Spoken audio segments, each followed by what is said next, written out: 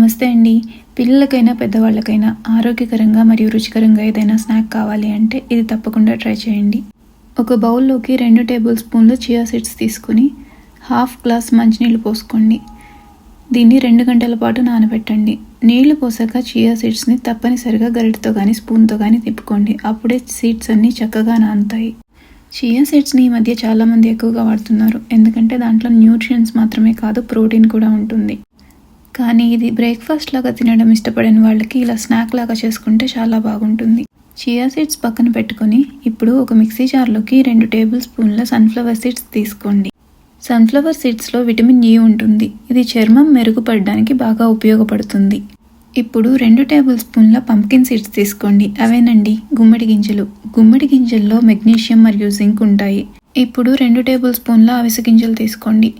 అవిసె గింజల్లో copper, sodium మరియు ఫైబర్ ఉంటాయి. వీటితో పాటు హెల్దీ ఫ్యాట్స్ కోసం కొన్ని జీడిపప్పు తీసుకోండి.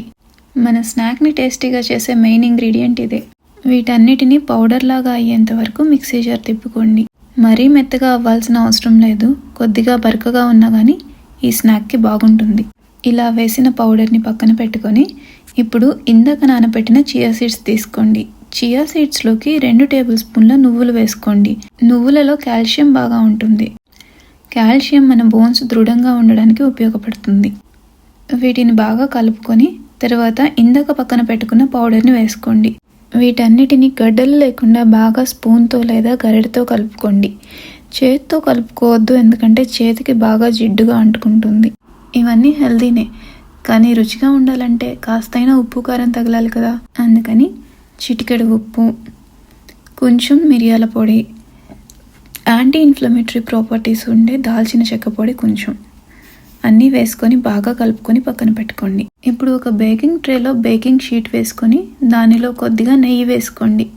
అడుగు పట్టకుండా ఉంటుంది. నెయ్యి బాగా స్ప్రెడ్ చేసుకొని దీని మీద ఇందాక పక్కన పెట్టుకున్న మిశ్రమాన్ని వేసుకోండి.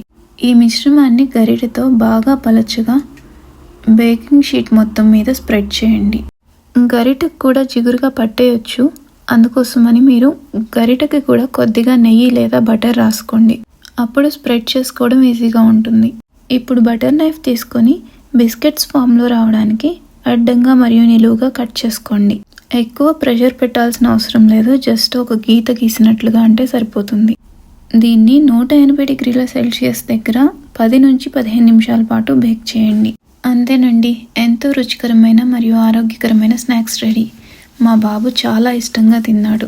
మీరు కూడా ఒకసారి ట్రై చేసి ఎలా వచ్చిందో కమెంట్స్లో చెప్పండి. ఇలాంటి హెల్దీ రెసిపీస్ ఇంకా కావాలి అంటే నా ఛానల్కి సబ్స్క్రైబ్ చేసుకోండి.